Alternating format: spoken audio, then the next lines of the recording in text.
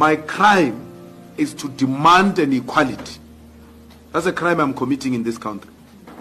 To demand that the white minorities must come down from their high horses and humble themselves and work with fellow South Africans. These Africans have got no problem with whites. Actually, they love them too much.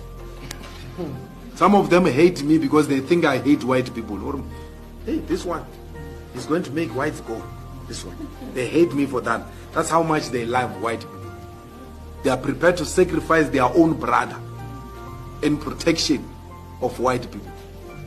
That's how much they love. They have no problem with it. It is white people who have a problem with Africans. They do not see themselves being at the same level with Africans.